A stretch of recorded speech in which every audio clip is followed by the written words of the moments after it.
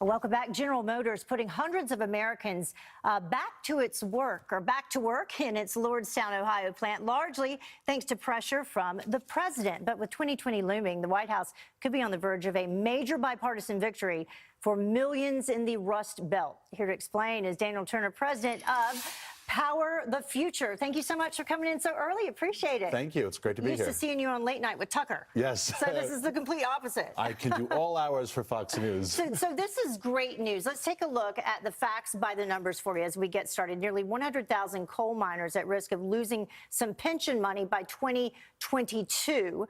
We had 1,600 coal mining jobs that were added under President Trump through April of 2019 as well. So let's jump to that first. Yeah, the coal industry was targeted for political reasons by the previous administration. The war on coal that President Trump talks about is a real thing.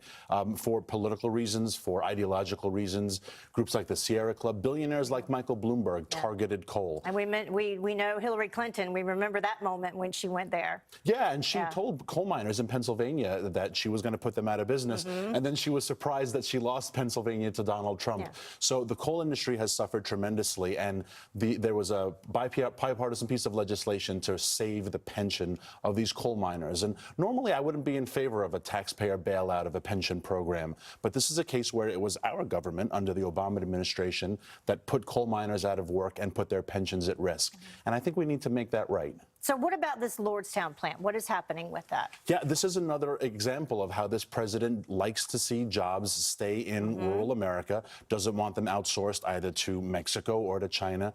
And so this GM plant that was closing, 1,700 people were at risk of losing their jobs. And he intervened and he negotiated with the GM president, and the plant was sold.